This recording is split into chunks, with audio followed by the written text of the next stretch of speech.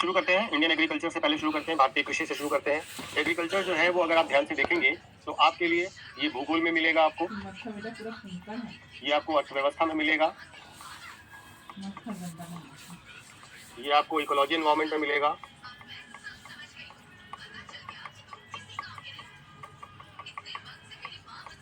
और ये आपको इतिहास में भी मिलेगा। ठीक है, इसके साथ थोड़ा सा राज्य व्यवस्था में भी ये मिलेगा। कहना क्या चाहते हैं इससे? कहना ये चाहते हैं कि इंडियन इकोनॉमी का जो सेगमेंट है उसमें केवल नहीं है एग्रीकल्चर। एग्रीकल्चर एक बहुत ब्रॉड टॉपिक है। ठीक है, इसका बहुत सारा पोर्शन हम ज्योग्राफी में पढ़ते हैं और साथ ही साथ इसका हम बहुत सारा पोर्शन पढ़ते हैं इकोलॉजी एनवायरमेंट में भी। ठीक है, इसके साथ साथ डिजास्टर मैनेजमेंट में भी इसका थोड़ा बहुत हिस्सा आ ही जाता है। हिस्ट्री में भी आप प्रागैतिहासिक काल से एग्रीकल्चर को पढ़ते हैं। क्रॉप और क्रॉपिंग पैटर्न को लेकर के ज्योग्राफी में आपको एक लंबा चौड़ा विषय मिल जाता है। साइंस एंड टेक्नोलॉजी में भी अगर आप देखें तो पशुओं और पौधों से संबंधित बीमारियां और उसके सारी चीजें आपको साइंस में मिलेंगी। तो एग्रीकल्चर एक बहुत ब्रॉड टॉपिक है और अगर आपको एग्रीकल्चर अच्छे से कवर करना है तो आपको ये ध्यान रखना होगा कि आपके पास एग्रीकल्चर के एक कंपाइल्ड नोट्स होने चाहिए, पूरे के पूरे हर सेगमेंट को कवर करते हुए एग्रीकल्चर होनी चाहिए। ठीक है, हम सारे सेगमेंट को तो हम कवर नहीं करेंगे, ना ही हम कर सकते हैं, लेकिन हम चाहेंगे कि आप इसके नोट्स एक जगह पर सारे के सारे रखें, हर एस्पेक्ट को एक जगह पर कंपाइल कर लीजिए। और ऐसा हो ही नहीं सकता कि अगर आप इतने सेगमेंट से एग्रीकल्चर को कवर करते हैं एक जगह पर तो उसमें से कोई क्वेश्चन ना आए। ठीक है, ये असंभव है। तो अगर 30-40 पेज के नोट्स आप सारे सब विषयों के मिला के बना लेते हैं एग्रीकल्चर के, तो एग्रीकल्चर में आपको लगभग सब चीजें एक जगह पे मिल जाएंगी। पहली चीज। दूसरी चीज, इससे कम से कम 2 से 3 क्वेश्चन आपको मिलेंगे ही मिलेंगे प्री में, इससे कम नहीं मिलेंगे। वो चाहे एनवायरमेंट से पूछ ले, चाहे वो ज्योग्राफी से पूछ ले, हिस्ट्री से पूछ ले, है ना, या इकोनॉमी से पूछ ले। तो इसलिए एग्रीकल्चर को आप लोग इस नजरिए से ही तैयार कीजिए। क्या आप लोगों ने कभी एग्रीकल्चर को इस तरह से देखने की कोशिश की है? क्या कभी भी आपके मन में ऐसे आया कि एग्रीकल्चर को इस तरीके से हम तैयार कर लें? तो बोलिए बेटा।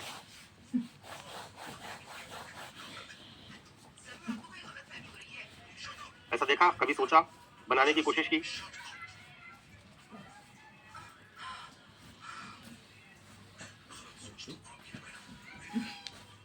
नहीं?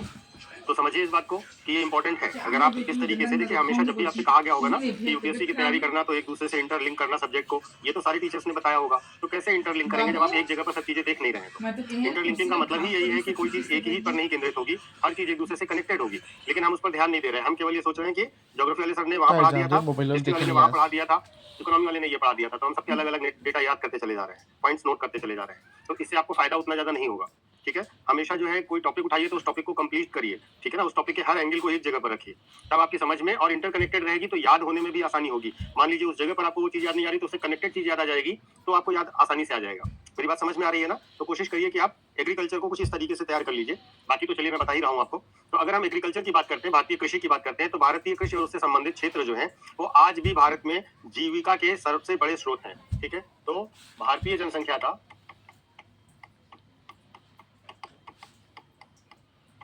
70% हिस्सा आज भी कृषि एवं संबंधित क्षेत्रों पर आजीविका के लिए निर्भर है। आजीविका के लिए निर्भर है। ठीक है, कृषि एवं संबंधित क्षेत्र जब हम कहते हैं तो एलाइड एक्टिविटीज में पशुपालन और ये सारी चीजें भी इंक्लूड हो जाती हैं। ठीक है ना, हम जो है आज की डेट में अगर हम देखें तो कृषि के संबंध में कृषि में भारत विश्व का, आज नोट कर लीजिए सब कुछ, क्योंकि आज मैं सारे मेजर पॉइंट नोट करवा रहा हूँ शुरुआत से। ठीक है, लास्ट की कुछ चीजें ऐड कर देंगे, लेकिन अभी की चीजें नोट कर लीजिए। ठीक है, कर लेंगे ना? नोट करने में कोई समस्या तो नहीं है? 25% कुल उत्पादन तथा 25% कुल उत्पादन तथा 27% का कुल उपभोग करता है। छोटू लगाते तुम लगाते तथा 27% का कुल उपभोग करता है। यह जो है दालों का, भारत दालों का विश्व में 14% आयात करता है। ठीक है, 14% दालों का आयात करता है। तो हम दालों के बड़े इंपोर्टर हैं आज भी। ठीक है ना? अगला पॉइंट नोट करिएगा। हाँ बिल्कुल नोट कर लीजिए, ये अपडेटेड डेटा है, क्योंकि इसको जो है एक साथ आपके पास लिखना चाहिए और आपको अपडेट करना चाहिए, इसलिए मैं लिख दे रहा लगा हूँ, दो। जिसे आप साथ साथ लिखते चलें। ठीक है। भारत 165 मीट्रिक टन से अधिक दुग्ध उत्पादन करके दुग्ध उत्पादन द्वारा विश्व का सबसे बड़ा काटे लगा दो। दुग्ध उत्पादक है। विश्व का सबसे बड़ा नीचे में तुरंत काटे, हम टाइम नहीं है। दुग्ध उत्पादक है तथा भारत में, नहीं नोट करिए, तथा भारत में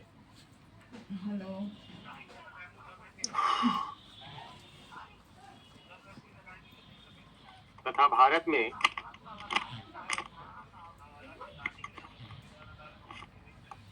विश्व की दूसरी सबसे बड़ी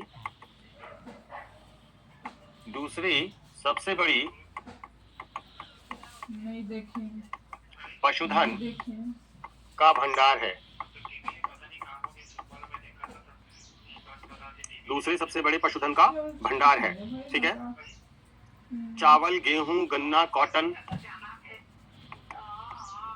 चावल, गेहूं, गन्ना, कपास, चावल, गेहूं, गन्ना, कपास, मूंगफली,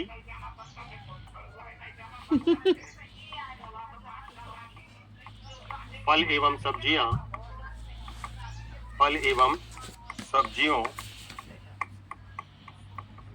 के उत्पादन में भारत विश्व में दूसरे स्थान पर है।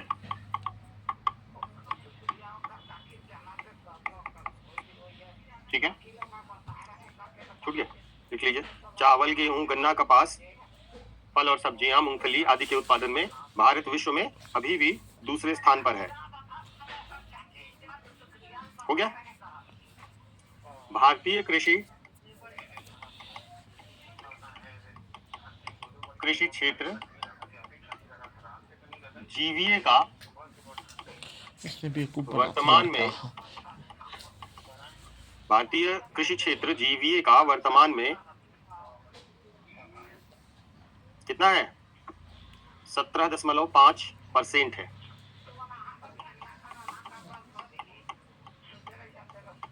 ठीक है। देखिए, एक तरीके से आपसे ये पूछा जाता है कि भारतीय कृषि जो आजादी के समय लगभग 50% थी जीडीपी का, आज ये 17% के आसपास पहुंच गई है।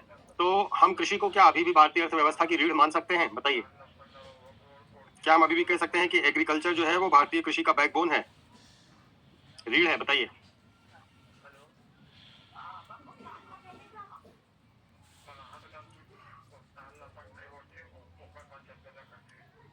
ठीक है निशा, बाकी लोग क्या कृषि को अभी भी भारतीय अर्थव्यवस्था का रीढ़ माना जा सकता है? जीडीपी का लगभग 14, 15, 16%।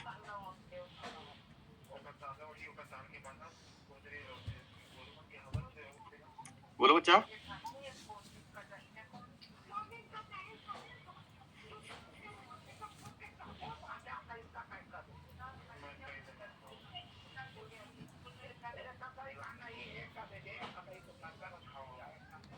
बाकी लोग भी बोलिए। आज बहुत सुस्त है आप लोग न्यू ईयर पे।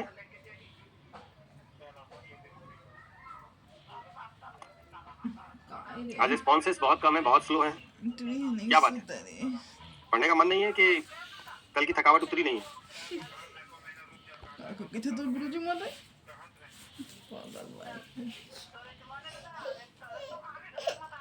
ठीक है नीतू, बाकी लोग ओके परिजोत।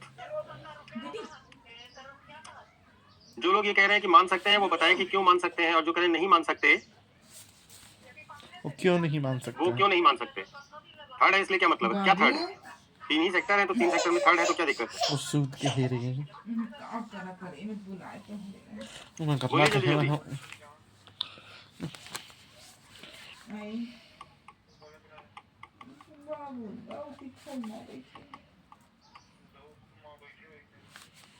यदि उतना ठंडी नहीं लगेगा, दोपहर में रात की लगती है।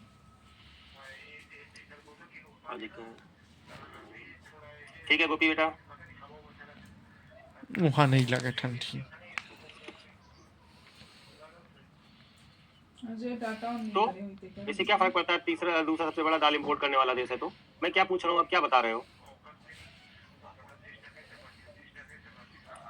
देखिए, अगर आपसे ये पूछा जाता है कि क्या भारत को हम अभी भी मतलब कृषि को अभी भी भारतीय अर्थव्यवस्था की रीढ़ मान सकते हैं, तो बिल्कुल मान सकते हैं। क्यों? क्योंकि मैंने आपको जो पहला पॉइंट बताया वो बहुत इंपॉर्टेंट है, ठीक है। और वो पॉइंट क्या है कि आज भी 70% आबादी खेती और उससे जुड़ी हुई गतिविधियों पर आजीविका के लिए निर्भर है। भले ही जीडीपी में इसका हिस्सा कम हो गया हो, इसका परसेंटेज, इसका शेयर कम हो गया हो, लेकिन आज भी देश की 70% जनसंख्या कहीं ना कहीं कृषि के ऊपर निर्भर करती है, चाहे सीधे या अप्रत्यक्ष रूप से। अगर आप भारत में औद्योगिकरण की प्रवृत्ति को देखेंगे, इंडस्ट्रियलाइजेशन की प्रवृत्ति को देखेंगे, तो औद्योगिकरण में भारत के बड़े उद्योग जो हैं वो वस्त्र, जूट, इन सबसे बेसिक रूप से जुड़े हुए हैं। मतलब इनडायरेक्टली तो खेती पर ही निर्भर है ना। तो भारत में कोई बहुत सेमीकंडक्टर इंडस्ट्री और टूल्स एंड मशीन्स वाली इंडस्ट्रीज उतनी ज्यादा डेवलप नहीं हुई है। मुख्य तौर पर हमारा इंडस्ट्रियलाइजेशन भी तो एग्रीकल्चर बेस्ड ही है। तो कहीं ना कहीं हम ये देख सकते हैं और पा सकते हैं कि हमारी आजीविका, हमारा औद्योगिकरण, ये सब एग्रीकल्चर बेस्ड है। यहाँ तक कि सर्विस सेक्टर में भी एग्रीकल्चर बेस्ड जॉब ज्यादा है। तो इस वजह से आप इसको आज भी अर्थव्यवस्था की रीढ़ मान सकते हैं। चलिए अब फसलों के प्रकार की बात करते हैं। पहला है रबी की फसल। ज्योग्राफी में पढ़ा होगा, जल्दी जल्दी बताते चलिए कि रबी की फसल कब बोई जाती है, कब काटी जाती है और प्रमुख अनाज इसमें कौन कौन से आते हैं। ये भूगोल का टॉपिक है, आप बता दीजिए, मैं लिखवाऊंगा नहीं फिर। खरीफ की फसल और जायद की फसल। भारत में फसलों के मुख्य 3 सीजन हैं। तो रबी की फसल कब बोई जाती है, कब काटी जाती है?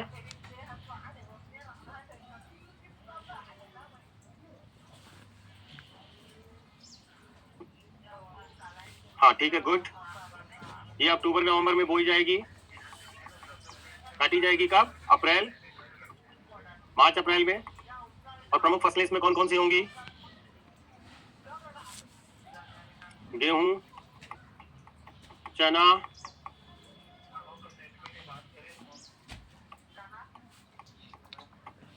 मटर। नहीं बात तो नहीं मुझे। हाँ गुड। सरसों खरीफ में बताइए कब बोई जाएगी, कब काटी जाएगी?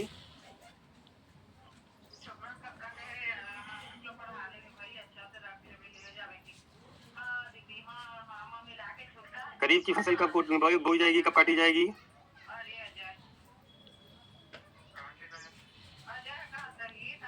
बोलो भाई जल्दी जल्दी, सब तो ज्योग्राफी में पढ़ा होगा बचपन में ही। ये जुलाई अगस्त में बोई जाएगी और सितंबर अक्टूबर में काटी जाएगी। इसमें क्या कौन कौन सी फसलें आएंगी? धान, ज्वार, बाजरा, अरहर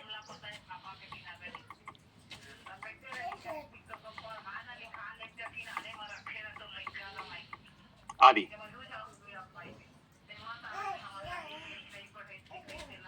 इसके बाद तीसरी होती है जायद की फसल, है ना, जो कि रबी और खरीफ के बीच में बोई जाती है बहुत शॉर्ट ड्यूरेशन के लिए, उसको जायद सीजन कहते हैं। ठीक है, इसमें आता है खरबूज, तरबूजा, खीरा आदि। इन दोनों के मध्य में बोई जाएगी और इसमें आएगा तरबूज, खरबूजा, खीरा आदि। ठीक है, तो ये तरीके की बेसिकली क्या होती है फसलें होती हैं, ये सब आप ज्योग्राफी में पढ़े हुए हैं। इसी तरीके से कितने तरीके की फसलें होती हैं, टाइप्स ऑफ फार्मिंग क्या होती हैं, ये भी आपने पढ़ा होगा। मैं केवल आपको बता रहा हूँ, याद दिला रहा हूँ। ठीक है, किस किस तरीके की खेती होती है ना। एक शुष्क कृषि होती है, एक वेट फार्मिंग होती है।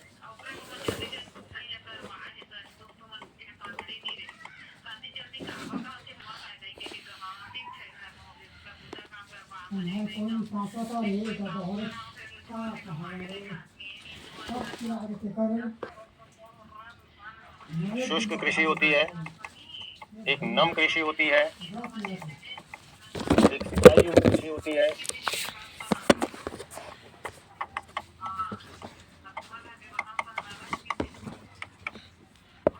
बताते चलिएगा ये सब आपने पढ़ा है कि नहीं पढ़ा है ना। एक आजीविका कृषि होती है, नोट तो कर ही लीजिएगा जिससे आपको हमेशा याद रहे कि ये चीजें आपको पता होनी चाहिए। फिर झूम कृषि होती है, जिसको हम शिफ्टिंग कल्टीवेशन कहते हैं, स्थानांतरित कृषि कहते हैं।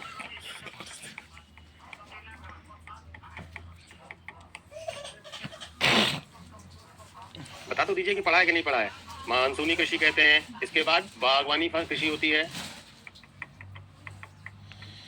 बागवानी कृषि होती है। बागवानी कृषि के बाद में और कौन कौन सी कृषि प्रणालियां होती हैं? बोलिए। वाणिज्यिक कृषि होती है।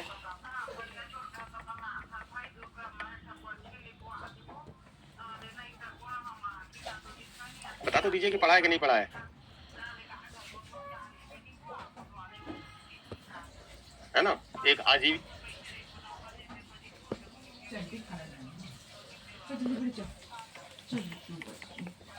शुष्क कृषि होती है। एक नम कृषि होती है। एक सिंचाई युक्त कृषि होती है। एक वेट फार्मिंग होती है।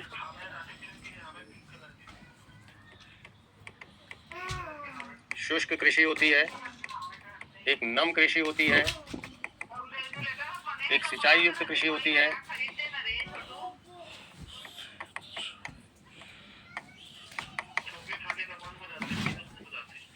बताते चलिएगा ये सब आपने पढ़ा है कि नहीं पढ़ा है। कुर्सी लाए क्या? का खरीद दिखा तेरी कुर्सी और जय मधु हाँ हंसा थे।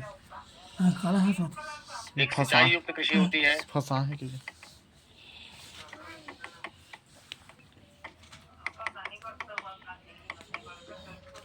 बताते चलिएगा ये सब आपने पढ़ा है कि नहीं पढ़ा है ना। एक आजीविका कृषि होती है। नोट तो कर ही लीजिएगा जिससे आपको हमेशा याद रहे कि ये चीजें आपको पता होनी चाहिए। फिर झूम कृषि होती है,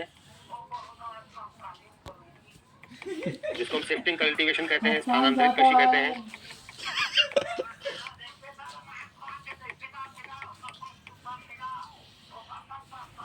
बता तो दीजिए कि पढ़ा है कि नहीं पढ़ा है। मानसूनी कृषि कहते हैं। इसके बाद बागवानी कृषि होती है। बागवानी कृषि होती है। बागवानी कृषि के बाद में और कौन कौन सी कृषि प्रणालियां होती हैं? बोलिए। वाणिज्यिक कृषि होती है।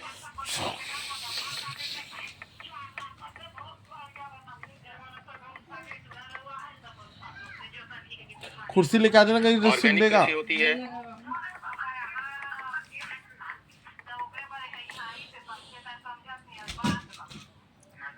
हाँ पढ़ा हुआ है मुझे पता है बेटा, लेकिन भूलने से तो काम नहीं चलेगा ना।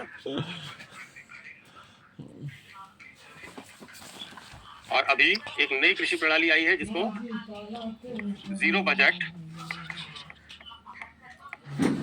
नेचुरल फार्मिंग कहते हैं। कोई वैल्यू नहीं है, छोटू चुप हो। देखिए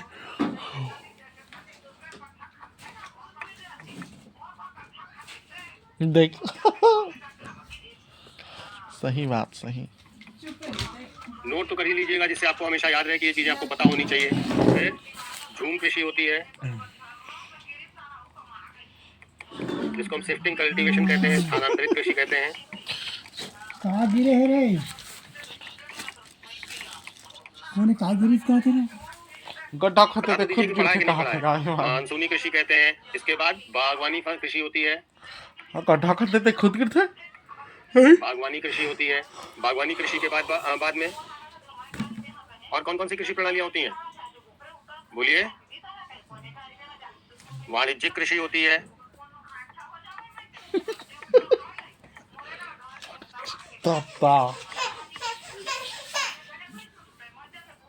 ऑर्गेनिक कृषि होती है। छोटे में चल किस कार हाँ पढ़ा हुआ है मुझे पता है बेटा, लेकिन भूलने से तो काम नहीं चलेगा ना। और अभी एक नई कृषि प्रणाली आई है जिसको जीरो बजट नेचुरल फार्मिंग कहते हैं।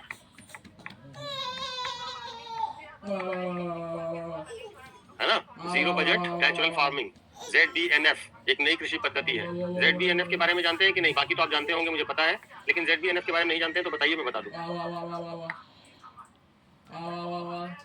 ZBNF के बारे में जानते हैं कि नहीं जानते? नहीं जानते तो बताइए, मैं बता दूं।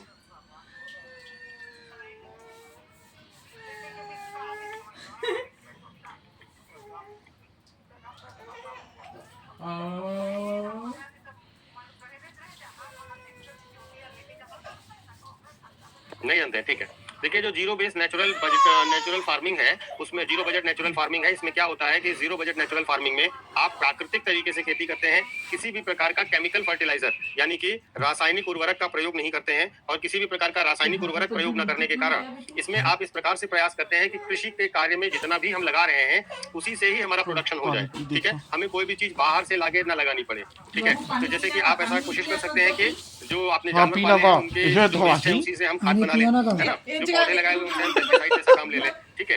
तो हम कोई अलग से कॉस्ट उसमें ऐड नहीं करेंगे, हम जीरो बजट रखेंगे, यानी कि एक पैसा भी नहीं लगाएंगे अलग से, सब कुछ उसी में से निकाल के लगा के उसी में लगाते रहेंगे। नेचुरल पे इसलिए कह रहे हैं क्योंकि इसमें केमिकल किसी भी प्रकार का इस्तेमाल नहीं होगा, और खेती में इस तरीके से हम ग्रोथ अपनी करते चलेंगे, ठीक है। बात समझ गए? ये है जीरो बजट नेचुरल फार्मिंग। ये आजकल सबसे ज्यादा ट्रेंडिंग है। बाकी सब आपने बेसिक पढ़ा होगा, ये वाला टॉपिक शायद ना पढ़ा हो, इसलिए हम इस वाले टॉपिक पर आपको डिटेल में बता दे रहे हैं, ठीक है। हाँ रख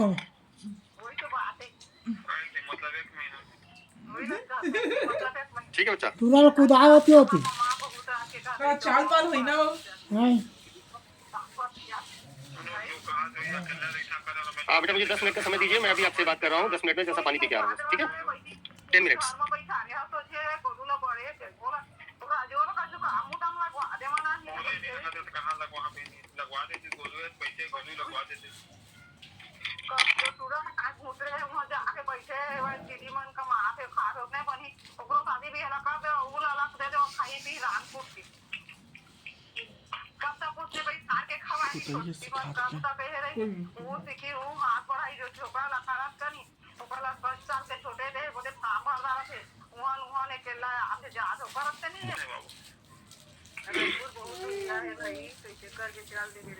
नौ तो खिलाफ गए हैं।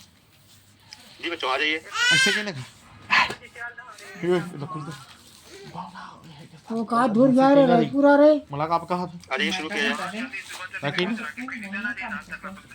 एक्चुअली आज न्यू ईयर है ना, तो पूरी टीम आ गई थी और वो लोग केक वगैरह लेके आ गए थे, उस वजह से अरे पलका तो बोले है क्या तो रखे हैं। चलिए मैंने कहा कि मैं जा रहा थे हूँ, तो बस उतना करके आना पड़ा। तो बेटी तो रोड दबा तो आश्रम हो कि गिरवा से उगरो में मधुदी से दाना हो निकल ही वो दिमाग खराब हो ही ना शराब का। इसके बाद एग्रीकल्चर में जो बेसिकली हम देखना चाहते हैं वो एग्रीकल्चर में अगर हम इकोनॉमी के नजरिए से देखें, मतलब इसे कहा रिवोल्यूशन है ना। एग्रीकल्चरल रिवोल्यूशन है, कृषि की संबंधित क्रांतियां हैं, उन क्रांतियों पर हमें बात करनी चाहिए और उन क्रांतियों के बारे में थोड़ा सा जानने की जरूरत है, ठीक है। तो हम उन क्रांतियों की बात करते हैं। एक सेकंड रुकिएगा, थोड़ा सा सिस्टम सही करना। धान दौड़ कृषि संबंधित बात करते हैं।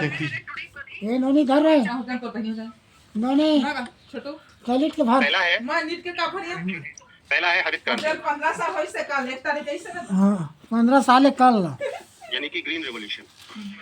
और मधुल को 10 साल तो गेम खेलत रहेगा छुट चला पहले बता। मधुल 10 साल हुई हरित क्रांति या ग्रीन रेवोल्यूशन, एक ठीक है। तारीख हरित क्रांति का मतलब है नई 21 किस्म की फसलें उगाना और उनमें वृद्धि करना। देखिए वास्तव में हुआ क्या था कि इंडिया में 1960s के दौर में बहुत बड़ी फूड क्राइसिस आई थी, बहुत बड़ी अनाज की समस्या आई थी, और उस समय हमें कहीं से भी अनाज की मदद नहीं मिल पा रही थी और बहुत ज्यादा सूखा, बाढ़, इन सब की समस्या भी थी। तो क्या हुआ कि उस दौर में अमेरिका ने हमें कहा कि हम मदद करेंगे, लेकिन आपको ग्रीन रेवोल्यूशन मतलब जो हाई यील्डिंग वेराइटीज हैं, HYV सीड्स हैं, उनका इस्तेमाल करना होगा, तभी वो आगे मदद करेंगे। तो हमने सबसे पहले जो है 1963 में इसका प्रयोग शुरू किया। 1963 में ये बीज जो है वो नॉर्मन बोरलॉग ने डेवलप किए थे। ये सब आपने पढ़ा होगा, पढ़ा है ना। मैसेज तो करे व्हाट्सएप नॉर्मन बोरलॉग ने डेवलप किए थे। 1963 में हमने शुरू किया इसके बारे इसकी खेती करना, और मुख्य तौर पर 2 तरीके के गेहूं के बीज मंगाए गए थे, जिनका नाम नॉर्मा रोजो और सोनोरा 64 था, ठीक है। इसको लाया गया और इसके परिणाम स्वरूप क्या हुआ कि खेती में गेहूं की फसलों में अत्यधिक वृद्धि हुई, जिसको हमारे यहाँ हरित क्रांति का नाम दिया गया।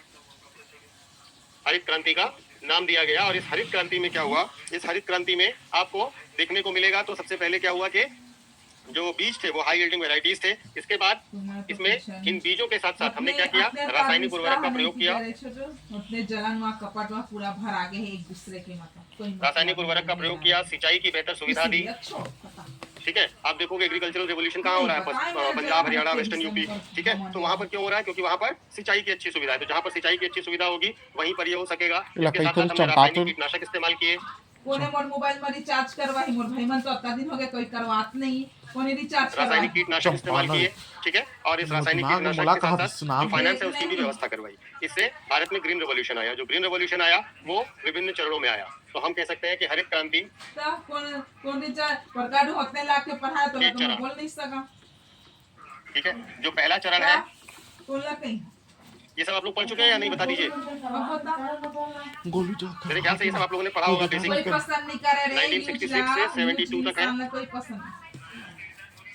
बोलिए बच्चों। और ये मुख्यतः जो है गेहूं से संबंधित था और इसका फायदा जो है तो बता दीजिए, इसको ज्यादा डिटेल में ना ले जाए अगर आप लोगों ने पढ़ा हुआ है तो क्योंकि वही चीजें दोबारा रिपीट करने से कोई ज्यादा फायदा होगा नहीं। बोल दीजिए सभी लोग, थोड़ा जल्दी बोल दीजिए तो मेरे लिए आसान होगा ना बेटा।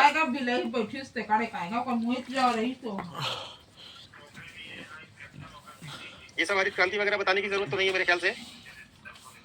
हरित क्रांति, श्वेत क्रांति और ये सब। अरे इकोनॉमी में पढ़ा कि नहीं पढ़ा, बेसिक मैंने बोल दिया तो बेसिक की बात कर रहे हैं। इकोनॉमी के कोर्स में पढ़ा है कि नहीं पढ़ा है। नो सर का मतलब क्या, नहीं पढ़ा है कि आता नहीं है कि पढ़ाएं, पढ़ा दें, ये बताइए। पढ़ा दें जैसा आप लोग बताइए।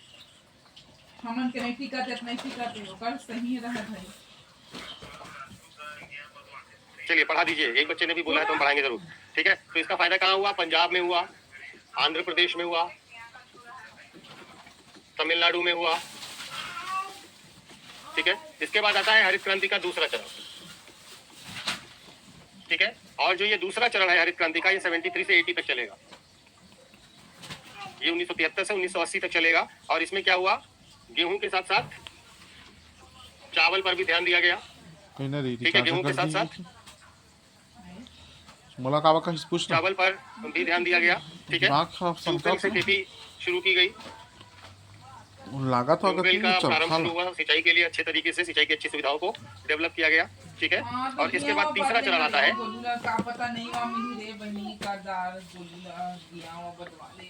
तीसरा चरण आता है 1981 से 1990, ठीक है। 1981 से 1990 के बीच में भारत जो है खाद्य आत्मनिर्भरता प्राप्त कर लेगा। खाद्यान्न आत्मनिर्भरता प्राप्त कर लेगा। चावल का अधिशेष होगा, मतलब चावल एक्स्ट्रा पैदा होगा। अब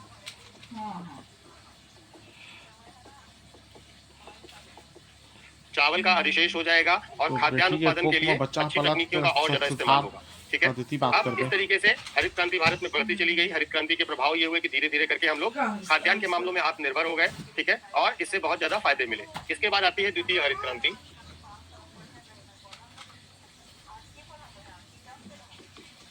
द्वितीय हरित क्रांति आएगी, सेकेंड ग्रीन रेवोल्यूशन आएगा, ठीक है। और इससे क्या हुआ, क्योंकि पहली हरित क्रांति के बाद जनसंख्या में बहुत तेजी से बड़ी बढ़ोतरी हुई, तो खाद्य आवश्यकताओं को पूरा करना था, भोजन की आवश्यकताओं को पूरा करना था। और भोजन की आवश्यकताओं को पूरा करने के लिए हमें और ज्यादा उत्पादन की आवश्यकताएं थी, ठीक है। और इस दौरान हमने भारत की खाद्य आवश्यकताओं को पूरा करने के लिए हरित क्रांति को गेहूं और चावल से आगे बढ़ा करके अन्य खाद्यान्न में भी इसका प्रयोग शुरू किया।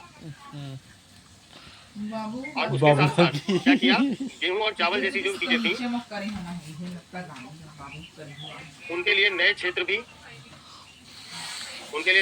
में प्रयोग शुरू किया, जिसमें और क्या नए प्रयोग हो सकते हैं, नई जगहों पर इनकी खेती हो सकती है, ज्यादा उत्पादन हो सकता है। तो इस तरीके से हमने द्वितीय हरित क्रांति शुरू की। इसके बाद एक और शब्द आता है सदाबहार क्रांति, ठीक है। ये कॉन्सेप्ट दिया था स्वामीनाथन ने, MS स्वामीनाथन ने।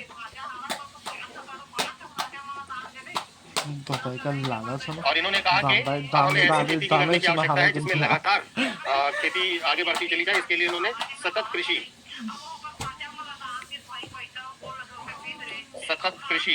कछु कहीं नहीं रहता हूँ तो बेटा को अच्छा कहा परंपराओं सब लोग अपन सजा मिलते को आगे बढ़ाने की बात कही थी, ठीक है। जिसमें जैव उर्वरक, जैव कीटनाशक, है ना, पूरा जल संरक्षण, फसल संयोजना, इन सब चीजों पर ध्यान दिया जाए। इससे कई सारी फायदे मिलेंगे, लगातार कृषि होगी, है ना। तो ज्यादातर जैविक उत्पाद इस्तेमाल करने हैं आपको कृषि उत्पादन में, और प्लस बीज, खाद, कीटनाशक, जल संरक्षण, कहीं तो कुछ कहीं भी ये सब आपके जैविक होने चाहिए। ठीक है, इस तरीके से अगर आप करेंगे तो भूमि का स्वास्थ्य भी बना रहेगा और उत्पादन भी अच्छा होगा। ठीक है, ये बात समझ में आ गई सबको?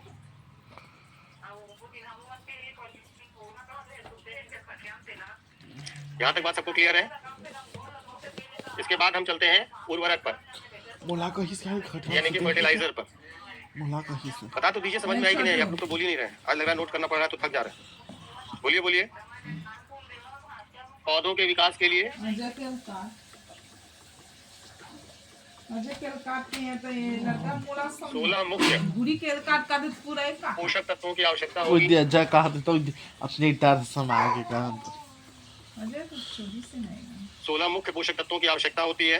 ठीक है, इसमें से प्रमुख होते हैं एनपीके, ठीक है, नाइट्रोजन, फास्फोरस और पोटास। प्रमाण है नहीं। एनपीके मतलब नाइट्रोजन, फास्फोरस और पोटास, इनको प्राथमिक आगे का उर्वरक कहा जाता है। ठीक है, आगे और इनका आइडियल जो परसेंटेज है 1:2:1 होना चाहिए। ठीक है, जानी चाहिए आइडियल परसेंटेज क्या होना चाहिए? 1:2:1 होना चाहिए। द्वितीय पोषक तत्व जो होते हैं वो है कैल्शियम, मैग्नीज और सल्फर। जाना था गेम खेलना Ca, Mg, हाँ नोट करिए, ये सब आपके लिए इंपॉर्टेंट है। और सल्फर, ये आपके द्वितीय पोषक होते हैं।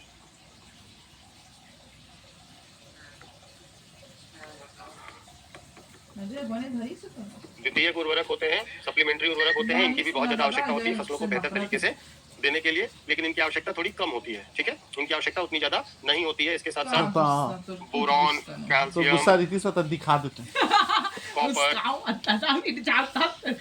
देख कॉपर, आयरन, तो गुस्सा मैग्नीशियम। थोड़ी नहीं छोटे यहाँ ना ये दिखावा आखिर में पत्नी के गान में भरे था बस सुधर पसंद नहीं है। बाकी मोंगरा अस्तित्व वाला मिटा इन दे सबको रखते हैं हम सूक्ष्म पोषक। डर मत जानी सुधा अकेला कल गुस्सा नहीं तो तुरंत निकल बाकी ठीक है, गुस्सा अब दिखा क्या इन सबके पोषक तत्व की ये इलाके में फालतू है। बेहतर ढंग से उत्पादन करने के लिए।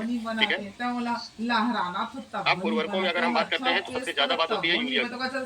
सब छोड़ के ही यूरिया जो है वो नाइट्रोजन का सबसे बड़ा स्रोत है। अभी भी मौका है अभी कार मत मौका काका थे मधु बाकी जा लगा रही ठीक है, यूरिया नाइट्रोजन का सबसे बड़ा स्रोत है। आवानी का सब रिश्ता तोड़ ठीक है, के जहां कहा नोट करिएगा, ठोस यूरिया में ध्यान मधु थोड़ी नाइट्रोजन होता है। ठोस यूरिया में 46% मधु मोहनी बनाते तलपिया के ध्यान हवे। भारत में सबसे ज्यादा जिस खाद का प्रयोग होता है वो यूरिया है। चुप ये पॉइंट्स आप लोगों ने नोट कर रखे थे कि नहीं? और मोहनी पीसा था ही कार वसील लोठाओ बाबू स्नाना था नोट कर रखे थे नहा था। इसके बाद सरकार ने मत पोषण आधारित नहावे सब्सिडी- बतावे गरम पानी कर नहावे ता मत नहावे ठंडा पानी 3 हबर जही का खटिया चमा लागत योजना शुरू करी, जाता मैं चादर लेने पोषण आधारित सब्सिडी योजना शुरू करी। बताइए तो आप लोग तक कितनी देर में आवाज जाती है क्या? नोट किया है कि नहीं, पढ़ा है कि नहीं, ये वाली चीजें नोट करी हैं?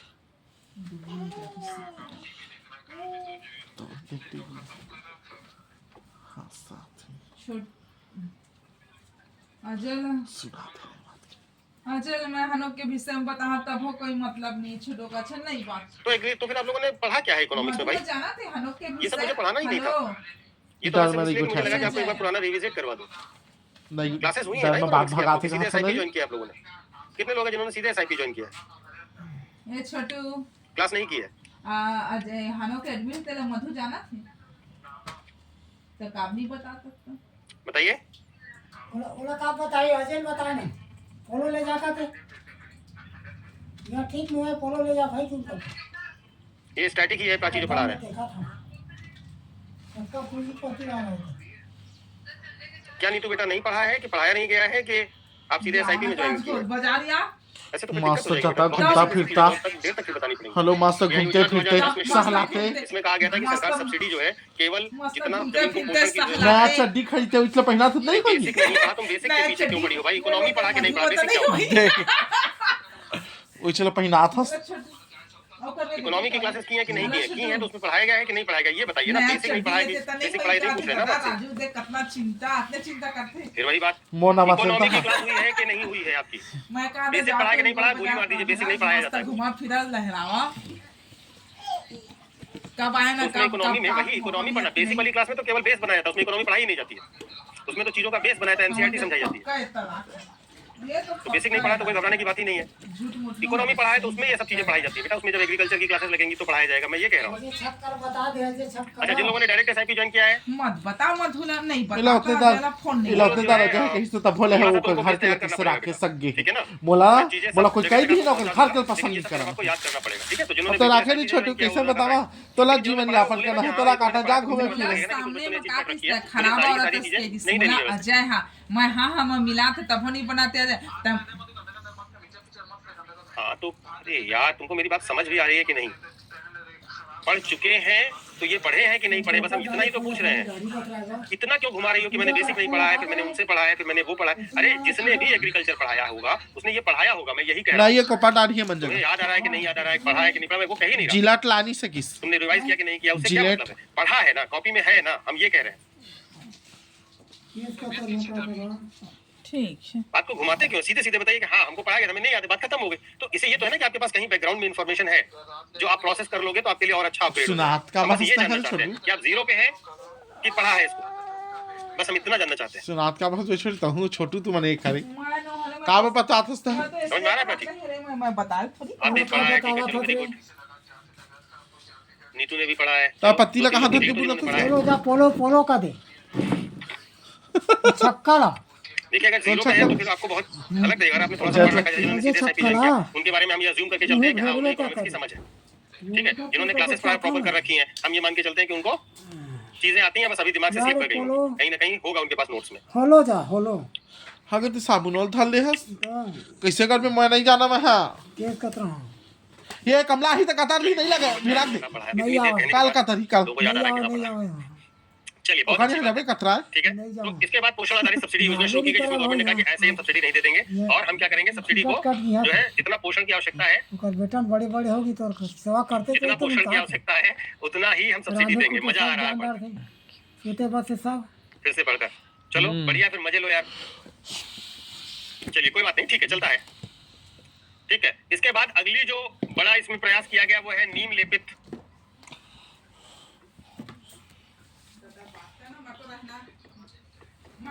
यूरिया नहीं मैं लगा रहे फोन तो नीति आई 2015 में, ठीक है। सरकार ने डिसाइड किया कि जो यूरिया है उस पर हम नीम को चढ़ाएंगे। क्यों? क्योंकि लोग जो है ना यूरिया का बहुत सारा मिसयूज कर रहे थे और उससे बड़ा नुकसान हो रहा था, ठीक है। तो सरकार ने डिसाइड किया कि यूरिया का और मिसयूज नहीं होगा, यूरिया को बचाने के लिए उसके ऊपर नीम चढ़ा देंगे। तो जब नीम चढ़ा देंगे तो उसके दो फायदे, पहली बात वो पर्यावरण को कम क्षति पहुंचाएगी, खेती में और ज्यादा फायदा करेगी और यूरिया का मिसयूज नहीं हो पाएगा, ठीक है। तो ये सब इस यूरिया के मतलब उर्वरक के क्षेत्र में किए गए काम है बेसिकली, और इन सब कामों को आपको अच्छे से देखना होगा, ठीक है। समझ गए ये सब चीजें? हाय हेलो आज टॉयलेट करेगा तो अरे हेलो है। इसके बाद सरकार ने जो है कुछ और जमीन की बेहतरी के लिए, लैंड की बेहतरी के लिए मृदा स्वास्थ्य कार्ड, तू जैकेट नहीं पहना है, कपड़ा उसे नहीं पहने। हम चप्पल में कैसे खुंदा फंसते मृदा स्वास्थ्य कार्ड वो देखो तो इसमें बेटा लग गई और मृदा स्वास्थ्य कार्ड पॉलिसी के अंतर्गत सरकार ने कहा कि जो किसान है उनकी जमीनों की, उनके खेतों की जमीनों की जांच हम प्रत्येक 2 वर्ष में करेंगे। वो जा नहीं सके रे करवा 2 वर्ष में मृदा स्वास्थ्य, प्रत्येक 2 वर्ष में मृदा स्वास्थ्य की जांच, ठीक है। उसमें देखेंगे क्या न्यूट्रिशन की आवश्यकता है, क्या चीजें और चाहिए, किस प्रकार के उसमें रसायनों का संयोजन चाहिए, कौन सी फसलें अच्छी हो सकती हैं, ये सब चीजें मृदा स्वास्थ्य कार्ड के माध्यम से की जाएंगी। इसके लिए लैब टू लैंड जैसा शब्द भी इस्तेमाल किया गया। इसके बाद एक और नया इनिशिएटिव, उधर नंगी आगे का मांगना नैनो यूरिया और नैनो यूरिया देखे? क्या होता है कि जिलेट ले लेकिन यार 10 के नींबू खरीदे जहाँ तुरंत से तो नींबू पानी प्यार के मीठा अच्छा से नींबू पानी ना नैनो तकनीकी का प्रयोग करके जो खेती है उसमें जो यूरिया है ना उसके छोटे छोटे कणों के रूप में यूरिया को रखा जाता है, जिससे वो तेजी से जमीन में एब्जॉर्ब हो जाए और फसलों को अपने पोषण के लिए उपयोग करने में बहुत ज्यादा मदद करे। ठीक है, तो एक ऐसा है कि एक बोतल ये लिक्विड फॉर्म में होती है, एक बोतल जो नैनो की यूरिया होती है वो एक बोरी यूरिया के बराबर होती है। ठीक है, तो इससे क्या होता है कि कॉस्ट इफेक्टिव भी है, स्टोरेज की भी समस्या नहीं है और एब्जॉर्प्शन क्षमता भी, यानी कि इसकी जो उत्पादन में उपयोग होने की क्षमता वो 85 से 90% है। जबकि जो बेसिक वाला यूरिया होता था उसमें से केवल 25% ही यूज होता था, बाकी सारा यूजफुल नहीं रहता था। ठीक है, तो इस तरीके से लिक्विड नैनो यूरिया भी शुरू की गई। इसके बाद अगला जो क्वेश्चन आता है, जो कि आपने खाद देख लिया, बीज देख लिया, एग्रीकल्चर रिवोल्यूशन देख लिया, स्वास्थ्य देख लिया, अब आती है एक और चीज जिसको हम कहते हैं सिंचाई। तो अगर आप देखें तो भारत में जो सिंचाई का तरीका है, ठीक है, जो सिंचाई की व्यवस्था है, उस सिंचाई में मुख्य रूप से भारत आज भी, पहली बात तो ये है कि सिंचाई की सुविधाओं को पूरी तरीके से अर्थव्यवस्था में नहीं पहुंचा पाया है, यानी कि गैर सिंचित भूमि अभी भी बहुत सारी है। लेकिन इसके साथ दूसरी बड़ी समस्या ये है कि भारत में जो पानी, जो रिजर्व पानी है, उसकी जो अमाउंट है वो G20 देशों में सबसे कम है। ठीक है, तो लगभग ये मान के चलिए कि हमारे यहाँ सिंचाई अब लगभग 63% भूमि पर हो पाती है, लेकिन अभी भी बहुत सारी भूमि है जहाँ पर सिंचाई की प्रमुख व्यवस्थाएं नहीं है। हम वर्षा पर डिपेंड करते हैं सिंचाई के लिए अभी भी बहुत सारे मामलों में। ठीक है, अगर हम सिंचाई की बात करें तो सबसे ज्यादा सिंचाई की अगर हम बात करते हैं तो उसके लिए नहर का इस्तेमाल किया जाता है। नंबर 1 पे आता है नहर के अजय नहीं आवा कहाँ से गा तुमन बिगाड़ा तुमन जाना कहाँ थे कोई मतलब नहीं रे। सॉरी मधु के विषय में मधु ला बिगाड़े हैं तुमन तबियत ला कहाँ थे। अरे त्यारे भगवान। तीसरे नंबर पर आता है कुओं व तालाबों द्वारा। तो कर मधु जगह रिखास गाँव मत है देख फंसो दिस तला काका इगरे दादा तो ये सब करा थे कहाँ थे। ठीक है, उनसे पानी लेकर के नदी घाटी परियोजनाओं में स्टोर करके और नहरों के थ्रू खेतों तक पहुंचाया जाता है।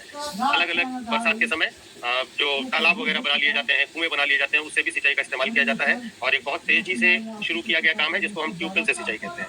हालांकि ये सब पारंपरिक तरीके हैं। आधुनिक तरीकों में अगर हम बात करें तो सबसे पहला, अगर हम आधुनिक तरीकों की बात करें तो उसमें सबसे पहली है फव्वारा सिंचाई,